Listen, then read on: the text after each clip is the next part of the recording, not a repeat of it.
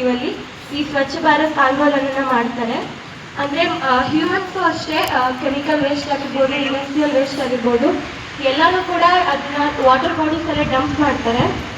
ಇದನ್ನ ಸೋಷಿಯಲಲ್ಲೆಲ್ಲ ಓದಿರ್ತೀವಿ. ಈ ರೀತಿ ಇದನ್ನ ತಡೆಗಟ್ಟಬೇಕು ಅಂತ ಹೇಳಿದ್ರೆ, ಅಂದರೆ ವಾಟರ್ ಪೊಲ್ಯೂಷನ್ನೇ ಆಗಲಿ, ಏರ್ ಪೊಲ್ಯೂಷನ್ನೇ ಆಗಲಿ, ಎಲ್ಲ ಪೊಲ್ಯೂಷನ್ಸ್ಗಳನ್ನು ತಡೆಗಟ್ಟಬೇಕು. ಆ ಒಂದು ಪರ್ಸ್ಪೆಕ್ಟಿವ್ಗೋಸ್ಕರ ಸ್ವಚ್ಛ ಭಾರತ್ ಆಂದೋಲನ ನಮ್ಮ ಇಂಡಿಯಾ ಕೈಗೊಳ್ಳುತ್ತೆ. Very good. ಈ ಸ್ವಚ್ಛ ಭಾರತ್ ಗಾಂಧೀಜಿಯವರ 150ನೇ ಹುಟ್ಟುಹಬ್ಬದ ಪ್ರಯುಕ್ತವಾಗಿ ಈ ಒಂದು ಸ್ವಚ್ಛ ಭಾರತ್ ಮಿಷನ್ ಅನ್ನ ಅಭಿಯಾನದ ರೀತಿಯಲ್ಲಿ ಪ್ರಧಾನಮಂತ್ರಿ ಮೋದಿ ಅವರು ಇದನ್ನ ಆರಂಭ ಮಾಡಿದ್ರು.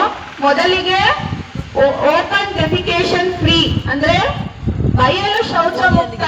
ನೀವೆಲ್ಲ ಹಿಂದೆ ನೋಡಿರ್ಬೋದು, ಎಲ್ಲ ಹಳ್ಳಿಗಳಲ್ಲಿ ಎಲ್ಲ ಶೌಚಾಲಯ ಇರ್ಲಿಲ್ಲ, ಬಯಲಲ್ಲೇ ಎಲ್ಲ ಬಹಿರ್ಗಸೆ ಮಾಡ್ತಾ ಇದ್ರು. ಹಾಗಾಗಿ ಏನಾಗ್ತಾ ಇತ್ತು, ಸಾಂಕ್ರಾಮಿಕ ರೋಗಗಳು ಜಾಸ್ತಿ ಬರ್ತಾ ಇತ್ತು.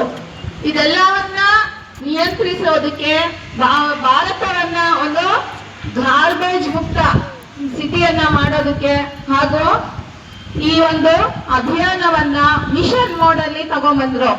ಇದು ಈಗ ವರ್ಷ ಮುಂದುವರ್ಕೊಂಡು ಹೋಗ್ತಾ ಇದೆ. ಒಂದು ಟೀಮ್ ಇಟ್ಕೊಂಡು ಈ ಟೀಮ್ ಅಲ್ಲಿ ಅರ್ಬನ್ ಏರಿಯಾದಲ್ಲಿ 2021ರಲ್ಲಿ ಈ ಒಂದು ಸ್ವಚ್ಛ ಭಾರತ್ ಮಿಷನ್ ಅನ್ನ ಅಭಿಯಾನವನ್ನ ಪ್ರಾರಂಭ ಮಾಡಿದ್ರು. ಒಂದೊಂದು ವರ್ಷನೂ ಒಂದೊಂದು ಟೀಮ್ ಇಟ್ಕೊಂಡು ಈ ಒಂದು ಅಭಿಯಾನವನ್ನ ನಡೆಸ್ತಾ ಇದೀವಿ.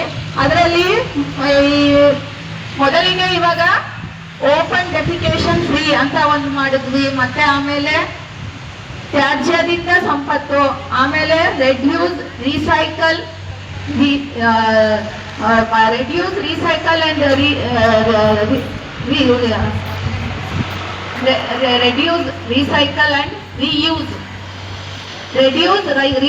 ಅಂಡ್ ರಿಯೂಸ್ ಅನ್ನೋ ಒಂದು ಕಾನ್ಸೆಪ್ಟ್ ಇಟ್ಕೊಂಡು ಮಾಡಿದ್ವಿ. ಈ ವರ್ಷ ಏನಾಗಿದೆ ಅಂದ್ರೆ ವರ್ಷ ಈ ಒಂದು ನಾನು ಇನ್ನೊಂದು ಹೇಳ್ಬೇಕು, ಸ್ವಚ್ಛ ಭಾರತ್ ಮಿಷನ್ ಅಡಿಯಲ್ಲಿ ಸ್ವಚ್ಛ ಸರ್ವೇಕ್ಷಣೆ ಅನ್ನೋ ಒಂದು ಸ್ಪರ್ಧೆಯನ್ನ ಆಲ್ ಓವರ್ ಇಂಡಿಯಾ ವರ್ಷ ಈ ಒಂದು ಸ್ಪರ್ಧೆಯನ್ನ ಆಯೋಜನೆ ಮಾಡ್ತಾ ಇದ್ದಾರೆ. ಈ ಒಂದು ಸ್ವಚ್ಛ ಸರ್ವೇಕ್ಷಣೆಯಲ್ಲಿ ವರ್ಷ ಒಂದೊಂದು ಟೀಮ್ ಇಟ್ಕೊಂಡು ಈ ಒಂದು ಸ್ಪರ್ಧೆಯನ್ನ ಮಾಡ್ತಾರೆ. ಅದರಲ್ಲಿ ಪ್ರತಿ ವರ್ಷ ಈಗ ಉದಾಹರಣೆಗೆ 2024-25ನೇ ಸಾಲಿನಲ್ಲಿ ರೆಡ್ಯೂಸ್, ರಿಯೂಸ್ ಅಂಡ್ ರೀಸೈಕಲ್ ಅಂತ ಒಂದು ಟೀಮ್ ಇಟ್ಕೊಂಡಿದ್ರು.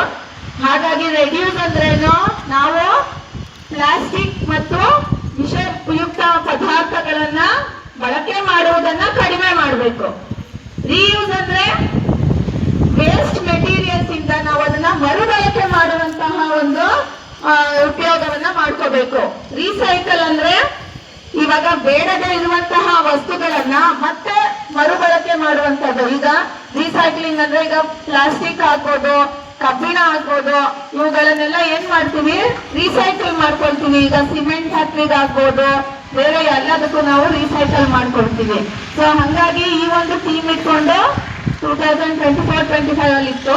ಈಗ 25-26 ಅಲ್ಲಿ ಏನಿದೆ ಅಂದ್ರೆ ಎಲ್ಲರೂ ಸಿಟಿಜನ್ ಪಾರ್ಟಿಸಿಪೇಷನ್ ಏನಿದೆ ಅಂದ್ರೆ ಈ ಒಂದು ನಾಗರಿಕರ ಭಾಗವಹಿಸುವಿಕೆ, ಸ್ವಚ್ಛತೆಯಲ್ಲಿ ನಾಗರಿಕರ ಭಾಗವಹಿಸುವಿಕೆ ಹೇಗಿದೆ ಅನ್ನೋದ್ರ ಬಗ್ಗೆ ಒಂದು ಸಿಟಿಜನ್ ಪಾರ್ಟಿಸಿಪೇಷನ್ ಮೇಲೆನೆ ಈ ವರ್ಷ ಸ್ಪರ್ಧೆ ಇದೆ. ಪ್ರತಿ ಪಟ್ಟಣವು ಈ ಒಂದು ಸ್ಪರ್ಧೆಯಲ್ಲಿ ಭಾಗವಹಿಸುತ್ತೆ. ಹಾಗಾಗಿ ಒಂದು ಟೀಮ್ ಇರುತ್ತೆ, ಈ ಟೀಮ್ ಬಂದು ಸರ್ವೆ ಮಾಡಿ ಒಂದು ರ್ಯಾಂಕಿಂಗ್ ಕೊಡುತ್ತೆ. ಈ ರ್ಯಾಂಕಿಂಗ್ ಮೇಲೆ ಈ ಒಂದು ಪಟ್ಟಣಕ್ಕೆ ಅನುದಾನವನ್ನ ಕೊಡಲಾಗುತ್ತೆ. ಹಾಗಾಗಿ ನಾವು ಒಂದು ಈ ಸ್ವಚ್ಛ ಸರ್ವೇಕ್ಷಣೆ ಬಗ್ಗೆ ಅರಿವನ್ನ ಮೂಡಿಸುವುದಕ್ಕಾಗಿ ಶಾಲೆ ಮತ್ತು ಸಾರ್ವಜನಿಕ ಸ್ಥಳಗಳಲ್ಲಿ ನಾವು ಈ ಒಂದು ಅರಿವು ಕಾರ್ಯಕ್ರಮಗಳನ್ನ ಮಾಡ್ತಾ ಬಂದಿದ್ದೀವಿ. ಮಕ್ಕಳೇ, ನಿಮ್ಗೆಲ್ಲ ಗೊತ್ತು, ಕಸವನ್ನ ಏನ್ ಮಾಡ್ಬೇಕು, ನೀವು ಎಲ್ಲ ಒಟ್ಟಿಗೆ ಹಾಕಿ ಕಸವನ್ನ ಕೊಡ್ತೀರಾ. ಪಟ್ಟಣದಿಂದ ಬರುವಂತ ಮಕ್ಕಳು ಎಲ್ಲರೂ ಇದ್ದೀರಾ ಅಲ್ವಾ? ಇಲ್ಲಿ ಎಲ್ಲರೂ ಇದೆ ಟೌನ್ ಅವರೇ ಅಲ್ವಾ? ಕೈ ಎತ್ತಿ, ಟೌನ್ ಅವ್ರು ಎಷ್ಟು ಜನ ಮಕ್ಕಳಿದ್ದಾರೆ? ನಿಮ್ಮ ಮನೆಗೆಲ್ಲರಿಗೂ ಟಿಪ್ಪರ್ ಕಸದ ಗಾಡಿ ಬರ್ತಾ ಇದೆಯಾ? ಎಲ್ಲಾರು ಕಸವನ್ನ ಬೇರೆ ಮಾಡಿ ಕೊಡ್ತಾ ಇದ್ದೀರಾ? ಜೋರಾಗಿ ಹೇಳ್ಬೇಕು. ಹೌದು, ಕಸವನ್ನ ಬೇರೆ ಮಾಡಿ ಕೊಡೋದ್ರಿಂದ ಏನ್ ಉಪಯೋಗ ಆಗುತ್ತೆ ಅಂದ್ರೆ, ಮಿಕ್ಸ್ ಆದಾಗ ಎಲ್ಲ ಮಿಕ್ಸ್ ಆಗಿ ಅದು ಆರೋಗ್ಯಕ್ಕೆ ಹಾನಿ ಆಗುತ್ತೆ. ನೀವು ಕಸವನ್ನ ಕೊಟ್ಟಾಗ ನಾವೇನ್ ಮಾಡ್ತೀವಿ, ಅದನ್ನ ಮರುಬಳಕೆ ಮಾಡ್ತೀವಿ. ವೆಟ್ ವೇಸ್ಟ್ ಅಂತ ಏನ್ ಹೇಳ್ತೀವಿ, ಹಸಿ ವೇಸ್ಟ್ ಅದನ್ನ ನಾವು ಸೆಪರೇಟ್ ಮಾಡಿ ಮಾಡಿ ಹಾಕೋದ್ರಿಂದ ಅದನ್ನ ನಾವು ಗೊಬ್ಬರ ಮಾಡ್ತೀವಿ. ಮತ್ತೆ ನೀವು ಡ್ರೈ ವೇಸ್ಟ್ ಅಂತ ಏನ್ ಹೇಳ್ತೀವಿ, ಈಗ ಕವರ್ಗಳು, ನೀವು ತಿನ್ನುವಂತಹ ಪ್ಯಾಕೆಟ್, ಪ್ಲಾಸ್ಟಿಕ್ ಪ್ಯಾಕೆಟ್ಗಳೇನಿರುತ್ತೆ ಅದೆಲ್ಲವನ್ನ ನಾವು ಸಪರೇಟ್ ಮಾಡ್ತೀವಿ. ಸಪರೇಟ್ ಮಾಡೋದ್ರಿಂದ ಅದನ್ನ ನಾವು ಮಾರಾಟ ಮಾಡಿ ಬೇರೆ ರೀಸೈಕ್ಲಿಂಗ್ ಮಾಡೋದಕ್ಕೆ ಯೂಸ್ ಆಗೋ ತರ ಅದನ್ನ ನಾವು ಉಪಯೋಗ ಮಾಡ್ಕೊಳ್ತೀವಿ. ಅದೇ ಮಿಕ್ಸ್ ಮಾಡಿದ್ರೆ ಏನಾಗುತ್ತೆ, ಅದೆಲ್ಲ ಮಿಕ್ಸ್ ಆಗಿ ಅದು ವೇಸ್ಟ್ ಆಗುತ್ತೆ. ಭೂಮಿನಲ್ಲಿ ಹೋದ್ರೆ ಅದು ಕೊಳೆಯೋದಿಲ್ಲ. ಪ್ಲಾಸ್ಟಿಕ್ ವೇಸ್ಟ್ ಎಲ್ಲಾದ್ರೂ ಕೊಳೆಯುತ್ತಾ? ಭೂಮಿಯಲ್ಲಿ ಸೇರ್ಕೊಂಡದು ವಾತಾವರಣವನ್ನ ಹಾಳು ಮಾಡುತ್ತೆ. ವಾತಾವರಣ ಹಾಳು ಮಾಡಿದ್ರೆ ಏನಾಗುತ್ತೆ, ನಾವು ನಮ್ಮ ಆರೋಗ್ಯದ ಮೇಲೆ ಪರಿಣಾಮ ಬೀಳುತ್ತೆ. ಪ್ಲಾಸ್ಟಿಕ್ ಹೆಚ್ಚು ಯೂಸ್ ಮಾಡೋದ್ರಿಂದ ಏನ್ ಕಾಯಿಲೆ ಬರುತ್ತೆ? ಯಾವ ಕಾಯಿಲೆ ಬರುತ್ತೆ? ಪ್ಲಾಸ್ಟಿಕ್ ಜಾಸ್ತಿ ಯೂಸ್ ಮಾಡೋದ್ರಿಂದ ಕ್ಯಾನ್ಸರ್ ಅಂತಹ ಕಾಯಿಲೆಗಳು ಬರುತ್ತೆ. ಹಾಗಾಗಿ ನಾವು ಪ್ಲಾಸ್ಟಿಕ್ ಬಳಕೆಯನ್ನ ಕಡಿಮೆ ಮಾಡಬೇಕು. ಅದರಲ್ಲೂ ಏಕ ಬಳಕೆ ಪ್ಲಾಸ್ಟಿಕ್ ಅಂತ ಏನ್ ಹೇಳ್ತೀವಿ, ಅದನ್ನ ನಾವು ಸಿಂಗಲ್ ಯೂಸ್ ಪ್ಲಾಸ್ಟಿಕ್ ನ ನಾವು ಕಡಿಮೆ ಮಾಡಬೇಕು, ಅದನ್ನ ಯೂಸ್ ಮಾಡಬಾರ್ದು. ಹಾಗಾಗಿ ಈ ಒಂದು ಕಾರ್ಯಕ್ರಮದಲ್ಲಿ ನಮಗೆ ಎಲ್ಲಾರು ನೀವು ಕಸವನ್ನ ಬೇರೆ ಬೇರೆ ಮಾಡಿ ಹಾಕಿ ಮತ್ತು ನಿಮ್ಮ ಸುತ್ತಮುತ್ತ ಇರುವ ಪರಿಸರವನ್ನ ಚೆನ್ನಾಗಿ ನೋಡ್ಕೊಳ್ಳಿ. ನಿಮ್ಮ ಪರಿಸರ ಚೆನ್ನಾಗಿದ್ರೆ ಆರೋಗ್ಯ ಚೆನ್ನಾಗಿರುತ್ತೆ ಅಲ್ವಾ? ಹಾಗಾಗಿ ಪ್ರತಿಯೊಂದು ಮನೆಯ ಮುಂದೆನೂ ಗಿಡ ಮರಗಳನ್ನ ಬೆಳೆಸ್ಕೊಳ್ಳಿ, ವಾತಾವರಣವನ್ನ ಚೆನ್ನಾಗಿಟ್ಕೊಳ್ಳಿ. ನಾವು ಪರಿಸರ ಚೆನ್ನಾಗಿದ್ರೆ ನಾವು ಚೆನ್ನಾಗಿರ್ತೀವಿ. ಪರಿಸರದಿಂದ ಅಲ್ವಾ ನಾವು ಗಾಳಿಯಿಂದ ಉಸಿರಾಡ್ತೀವಿ, ನೀರಿನಿಂದ ಜೀವ ಇಟ್ಕೊಂಡಿದೀವಿ. ಹಾಗಾಗಿ ನಾವು ಒಬ್ಬ ಮನುಷ್ಯ ಬದುಕಿರ್ಬೇಕಂದ್ರೆ ಏನ್ ಬೇಕು? ನೀರು, ಗಾಳಿ ಎಲ್ಲ ಶುದ್ಧವಾಗಿರ್ಬೇಕು. ಇದನ್ನ ನೀರಿನ